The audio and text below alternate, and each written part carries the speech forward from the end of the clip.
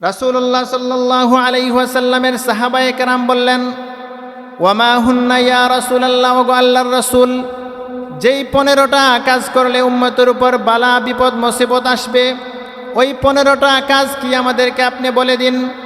রাসূলুল্লাহ সাল্লাল্লাহু আলাইহি ওয়াসাল্লাম ধারাবাহিকভাবে বিস্তারিত 15টি জিনিস উল্লেখ করেন। রাসূলে পাক সাল্লাল্লাহু আলাইহি ওয়াসাল্লাম বলেন, 1 নম্বরে উল্লেখ করেন, ইজা কানাল মাগনামু দুয়ালা, যখন গনিমতের মালকে রাষ্ট্রীয় মাল মনে করা হবে, নিজের বিভিন্ন গোষ্ঠী করায়ত্ত করে নিবে, তখন আমার উম্মতের উপর বিপদ আপদ আসবে। গনিমত হচ্ছে যুদ্ধলব্ধ মাল। এই যুদ্ধলব্ধ মালকে যখন যদি কোনো গোষ্ঠী বা কোনো রাষ্ট্র তাদের নিজের করে নেয়, তখন রাসূলুল্লাহ সাল্লাল্লাহু আলাইহি ওয়াসাল্লাম বলেন উম্মতের উপর আযাব আসবে। 2 নম্বরে রাসূলুল্লাহ সাল্লাল্লাহু আলাইহি ওয়াসাল্লাম বলেন, ওয়াল আমানাতু মাগনামা, এবং যখন আমানতের মালকে গনিমতের মাল মনে করা হবে।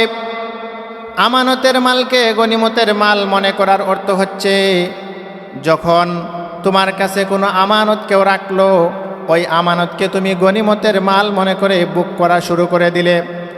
অর্থাৎ আমানত হচ্ছে, আমরা যেটা মনে করি যে তোমার কাছে কেউ টাকা অর্থ সম্পদ রাখলো, এটা হচ্ছে আমানত। কিন্তু আমানত শুধুমাত্র টাকা পয়সার মধ্যে সীমিত নয়। আমানত হতে পারে তোমার সন্তান তোমার জন্য আমানত, তোমার সময় তোমার জন্য আমানত, তোমার ব্যবসা তোমার বাণিজ্য সব কিছু তোমার কাছে আমানত। এই আমানতকে যখন আমরা বিনষ্ট করে ফেলব, বা আমানতকে যখন আমরা ঠিক স্থানে ব্যবহার না করে অপাত্রে ব্যবহার করব, তখন রাসূলুল্লাহ সাল্লাল্লাহু আলাইহি ওয়াসাল্লাম বলেন ওই সময় বান্দার উপর আযাব আসবে। ওয়াল আমানাতু মাগনামা, আজকে দেখা যায় বিভিন্ন মাদ্রাসা মসজিদ সরকারি ফান্ড এগুলা আমাদের কাছে বিভিন্ন মাধ্যমে যদি আমাদের কাছে আমাদের করায়ত্ত হয়, আমাদের হস্তগত হয়, তাহলে আমরা ওই সম্পদটাকে আমরা গনিমতের মালের মতো লুটে খেয়ে নেই, গনিমতের মালের মতো আমরা ব্যবহার করি। রাসূলুল্লাহ সাল্লাল্লাহু আলাইহি ওয়াসাল্লাম বলেন, ওয়াল আমানাতু মাগনামা, অর্থাৎ আমানতের মালকে গনিমতের মালের মতো উম্মত যখন ব্যবহার করা শুরু করে দিবে। 3 নম্বরে রাসূলুল্লাহ সাল্লাল্লাহু আলাইহি ওয়াসাল্লাম বলেন, ওয়াজ যাকাতু মাগরামা, এবং যখন জাকাতকে ট্যাক্স মনে করা হবে, অর্থাৎ যখন বান্দার কাছে জাকাত চাওয়া হবে, জাকাত আল্লাহর ফরজ বিধান, তখন বান্দা এমন আচরণ দেখাবে যেমন মনে হচ্ছে সে ট্যাক্স আদায় করছে, অর্থাৎ জাকাত দিতে নারাজ। আলহামদুলিল্লাহ আলহামদুলিল্লাহ নাহমাদুহু ওয়া নাস্তাঈনুহু ওয়া নাস্তাগফিরুহু ওয়া নাউযু বিল্লাহি মিন শুরুরি আনফুসিনা ওয়া মিন সাইয়্যাতি আ'মালিনা। من يهده الله فلا مضل له ومن يضلله فلا هادي له وأشهد أن لا إله إلا الله وحده لا شريك له وأشهد أن سيدنا وسندنا ومولانا محمدا عبده ورسوله الذي أرسل إلى الناس كافة بشيرا ونذيرا وداعيا إلى الله بإذنه وسراجا منيرا أما بعد فأعوذ بالله من الشيطان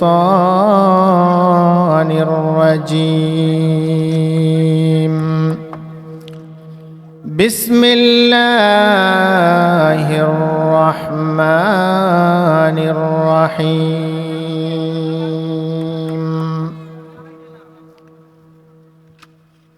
ظهر الفساد في البر والبحر بما كسبت أيدي الناس ليذيقهم بعض الذي عملوا لعلهم يرجعون. وعن علي بن أبي طالب رضي الله تعالى عنه قال: قال رسول الله صلى الله عليه وسلم: إذا فعلت أمتي 15 خصلة حل بها البلاء. فقيل: وما هن يا رسول الله؟ قال: إذا كان المغنم دولا، والأمانة مغنما، والزكاة مغرما، إلى آخر الحديث. صدق الله ورسوله النبي الكريم، ونحن على ذلك لمن الشاهدين والشاكرين، والحمد لله رب العالمين. या रब दे हमें इश्क़ मुहम्मद और मुहम्मदियों में गिन हो मुहम्मद ही मुहम्मद विर्द हमारा रात दिन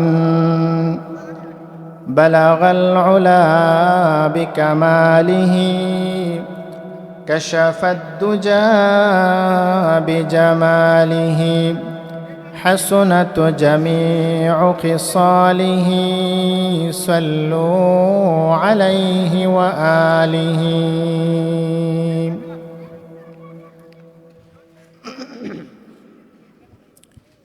ঐতিহ্যবাহী শেরপুরের যুব সমাজের উদ্যোগে আয়োজিত পঞ্চম তাফসিরুল কোরআন মহাসম্মেলনের সম্মানিত জনাব সভাপতি সাহেব, এলাকার সর্বস্তরের মুসল্লিয়ানে কেরাম, মুরব্বিয়ানে আযাম, পর্দার আড়ালের মা ও বোনেরা, আমি আপনাদের সামনে কোরআন এবং হাদিস থেকে অল্প কিছু সময় আলোচনা করব। ওয়ামা তৌফিক ইল্লা বিল্লাহ। আমি আপনাদের সামনে পবিত্র কোরআনের সূরাতুর রুমের 41 নম্বর আয়াত তিলাওয়াত করেছি। এই আয়াতে আল্লাহ সুবহানাহু ওয়া তাআলা পৃথিবীর মধ্যে ফাসাদ, বিনষ্ট, দাঙ্গা হাঙ্গামা, বিপদ বিপর্যয় কেন হয় এর কারণ উল্লেখ করেছেন। আল্লাহ রাব্বুল আলামিন এই আয়াতের মধ্যে পৃথিবী বিধ্বংসের কারণ উল্লেখ করে বলেন, ظهر الفساد في البر والبحر بما كسبت أيدي الناس। জল এবং স্থলের মধ্যে যত ফাসাদ বিপর্যয় দেখা দেয়, এই সব কিছুর কারণ হচ্ছে মানুষের কৃতকর্ম। মানুষ তার কৃতকর্মের কারণেই, মানুষের কৃতকর্মের বদৌলতেই এই সমস্ত বিপর্যয় এবং বালা মুসিবত ঘটে থাকে। পৃথিবীর মধ্যে 4 ভাগের 1 ভাগ হচ্ছে স্থল এবং 4 ভাগের 3 ভাগ হচ্ছে জলভাগ। এই জলভাগের মধ্যে আবার 96.5% হচ্ছে নোনা জল অর্থাৎ তিতা পানি এবং 3.5% হচ্ছে মিঠা পানি। নোনা জল এবং মিঠা জল এই দুইটা মিলে পৃথিবীর 4 ভাগের 3 ভাগ এই হচ্ছে জলভাগ, আর স্থলভাগ হচ্ছে পৃথিবীর 4 ভাগের মাত্র 1 ভাগ। আল্লাহ রাব্বুল আলামিন বলেন, স্থলভাগের মধ্যেই হোক অথবা জলভাগের মধ্যেই হোক, যত বিপর্যয় বালা মুসিবত হয়ে থাকে সব কিছু হয়ে থাকে মানুষের কৃতকর্মের কারণে। জহারাল ফাসাদু ফিল বাররি ওয়াল বাহরি বিমা কাসাবাত আইদিন নাস। মানুষের কৃতকর্মের কারণেই এটা হয়ে থাকে। এরপরে আল্লাহ রাব্বুল আলামিন বলেন, এগুলা কেন হয়ে থাকে, এই ফাসাদ আমি কেন সংগঠিত করে থাকি?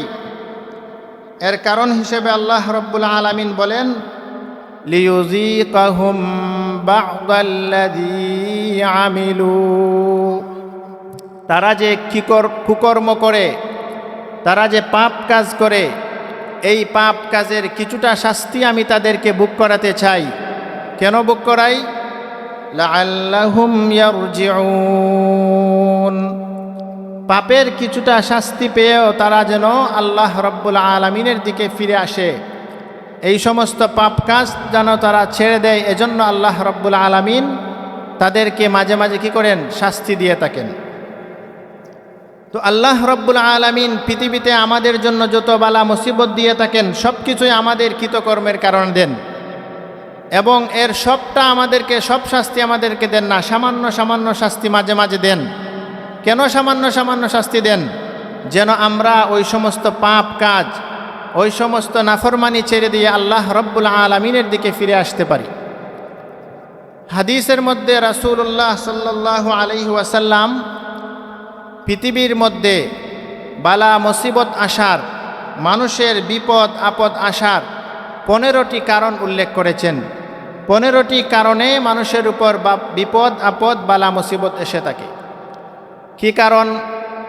রাসূলের সাহাবী আলী ইবনে আবি তালিব রাদিয়াল্লাহু তাআলা আনহু থেকে বর্ণিত হাদিসে রাসূলুল্লাহ সাল্লাল্লাহু আলাইহি ওয়াসাল্লাম বলেন, ইজা ফাআলাত উম্মতি 15 খাসলাতান, যখন আমার উম্মত 15টি কাজ করবে, হাল্লা বিহাল বালা, তখন তাদের উপর বিপদ আপদ মুসিবত আসতে থাকবে। 15টি কাজ যদি বান্দা করে, উম্মতেরা যদি করে, তাহলে তখনই এই 15টি কাজের কোনো একটা কাজ যখন বান্দা করবে, তখন সাথে সাথে ওই সমস্ত বান্দাদের উপর আল্লাহ রাব্বুল আলামিনের আযাব আসতে থাকবে।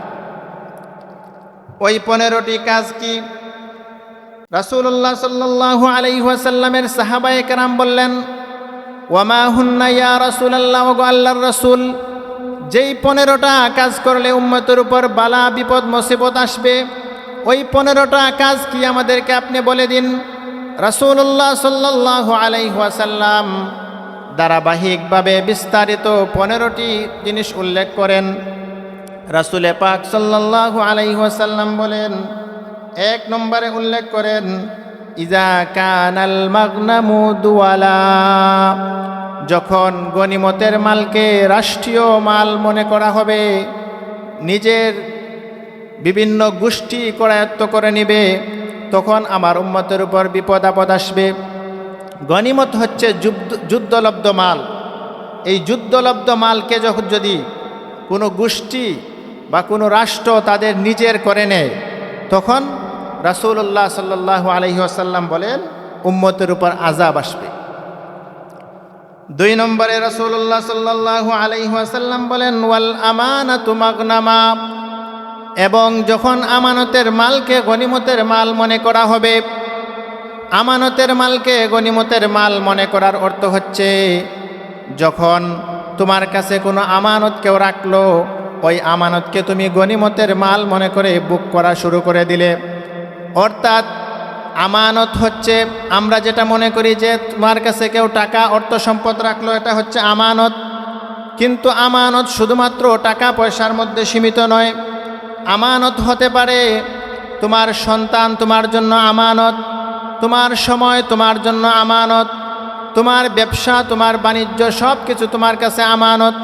এই আমানতকে যখন আমরা বিনষ্ট করে ফেলব বা আমানতকে যখন আমরা ঠিক স্থানে ব্যবহার না করে অপাত্রে ব্যবহার করব, তখন রাসূলুল্লাহ সাল্লাল্লাহু আলাইহি ওয়াসাল্লাম বলেন ওই সময় বান্দার উপর আযাব আসবে।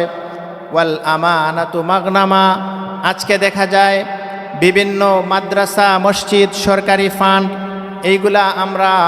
এগুলা আমাদের কাছে বিভিন্ন মাধ্যমে যদি আমাদের কাছে আমাদের করায়ত্ত হয়, আমাদের হস্তগত হয়, তাহলে আমরা ওই সম্পদটাকে আমরা গনিমতের মালের মতো লুটে খেয়ে নেই, গনিমতের মালের মতো আমরা ব্যবহার করি। রাসূলুল্লাহ সাল্লাল্লাহু আলাইহি ওয়াসাল্লাম বলেন ওয়াল আমানাতু মাগনামা, অর্থাৎ আমানতের মালকে গনিমতের মালের মতো উম্মত যখন ব্যবহার করা শুরু করে দিবে। 3 নম্বরে রাসূলুল্লাহ সাল্লাল্লাহু আলাইহি ওয়াসাল্লাম বলেন ওয়াজ যাকাতু মাগরামা, এবং যখন জাকাতকে ট্যাক্স মনে করা হবে, অর্থাৎ যখন বান্দার কাছে জাকাত চাওয়া হবে, জাকাত আল্লাহর ফরজ বিধান, তখন বান্দা এমন আচরণ দেখাবে যেমন মনে হচ্ছে সে ট্যাক্স আদায় করছে, অর্থাৎ জাকাত দিতে নারাজ, জাকাত বাধ্য হয়ে দিচ্ছেন, অথচ আল্লাহর বিধান জাকাত এটা স্বেচ্ছায় দেওয়ার কথা ছিল। এই জাকাত আল্লাহ রব্বুল আলামিনের এমন একটি বিধান, যদি সমাজের মধ্যে জাকাতের বিধান সঠিকভাবে চালু হয়, জাকাতকে যদি আমরা সঠিকভাবে আমরা সমাজের মধ্যে বাস্তবায়ন করতে পারি, তাহলে সমাজের যত দারিদ্রতা আছে, যত দারিদ্র মানুষ আছে, সবাই তাদের দারিদ্রতা থেকে মুক্তি পাবে। রাসূলুল্লাহ সাল্লাল্লাহু আলাইহি ওয়াসাল্লাম হাদিসের মধ্যে বলেন জাকাত হচ্ছে এমন একটি জিনিস যেটা ধনীদের কাছ থেকে নিয়ে ধনীদের কাছ থেকে আদায় করা হবে এবং দারিদ্র মানুষের কাছে বন্টন করা হবে। সমাজের ধনী যারা আছে তারা যদি তাদের সম্পদের নির্দিষ্ট একটা পরিমাণ দারিদ্র মানুষদেরকে দিয়ে দেন, তাহলে দারিদ্র মানুষেরাও তাদের জীবন চালিকার যা প্রয়োজন আছে এই প্রয়োজন কি করতে পারবেন, মিটাতে পারবেন। তো যখন জাকাতকে কি করা হবে, ট্যাক্স মনে করা হবে, তখন উম্মতের উপর আযাব আসবে।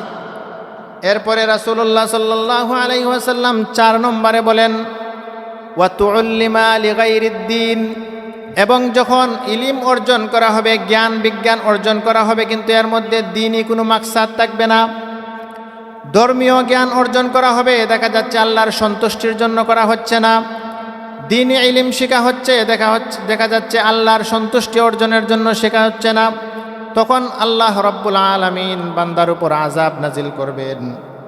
এরপরে রাসূলুল্লাহ সাল্লাল্লাহু আলাইহি ওয়াসাল্লাম 5 নম্বরে বলেন ওয়া আতাআর রাজুলু যাওজাতাহু, এবং ব্যক্তি যখন তার মহিলার অনুগত হবে, অর্থাৎ মহিলার নেতৃত্ব সমাজের মধ্যে চলবে।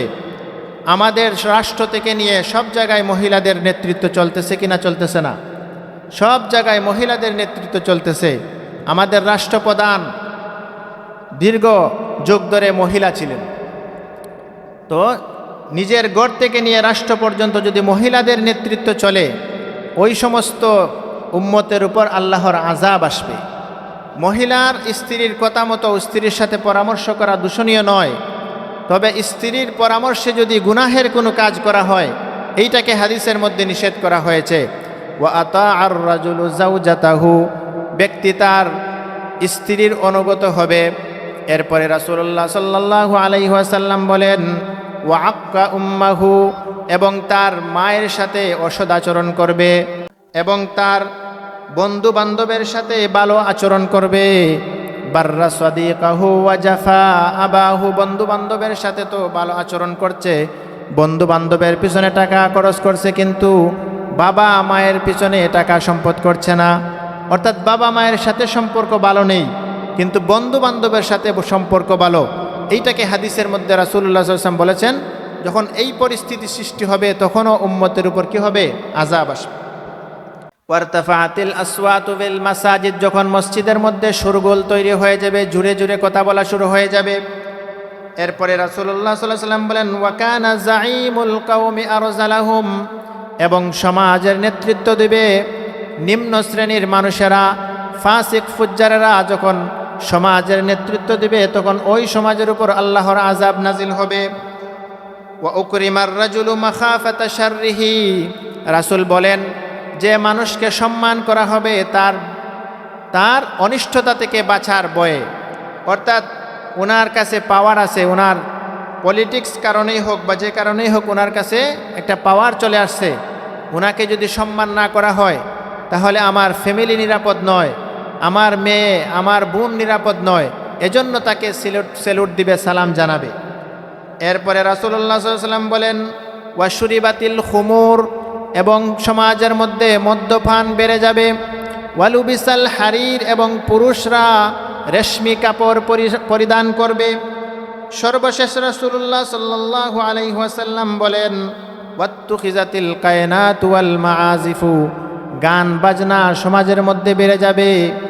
এবং ওয়ালাআনা আখিরু হাযিহিল উম্মতি আউওয়ালাহা, এই উম্মত অর্থাৎ পূর্ববর্তী বুজুর্গানে দিনকে বর্তমান উম্মত গালাগালি করবে।